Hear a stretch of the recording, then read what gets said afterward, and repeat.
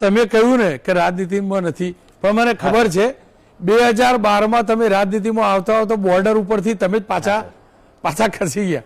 મેં આખો ઘટનાક્રમ પણ જાણ્યો, તમે કોને મળ્યા હતા, શું થયું હતું.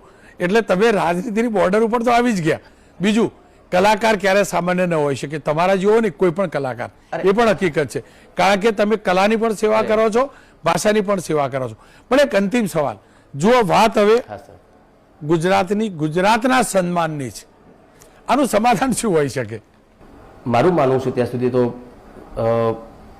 મારો સમાજ તથા જે દરેક સમાજના કલાકારો એ લોકોને, કેમ કે આ મુદ્દો મેં મારા માટે નહોતો ઉઠાવ્યો, કારણ કે મારે ઉઠાવવો હોત તો ઘણા સમય પહેલા મેં આ મુદ્દો ઉઠાવી લીધો હોત, કેમ કે મેં તો ઘણા સમયથી આ લોકો ઇગ્નોર કરી રહ્યા છે ને એનું કારણ પણ તમને ખબર છે.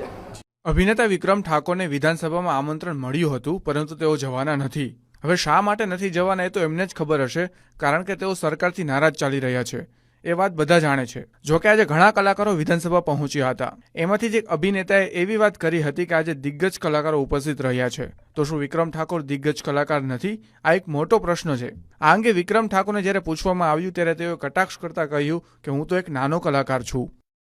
ક્ષત્રિય સમાજ, ઠાકોર સમાજના કલાકારો, બધા જ કલાકારો માટે અમારા સમાજના તો ખરા, કેમ કે હું ક્ષત્રિય ઠાકોર સમાજમાંથી આવું છું, તો એમ મારે ઉઠાવવો જ જોઈએ મારા સમાજ માટે. પણ મેં બીજા સમાજના કલાકારો માટે પણ આ મુદ્દો ઉઠાવ્યો હતો.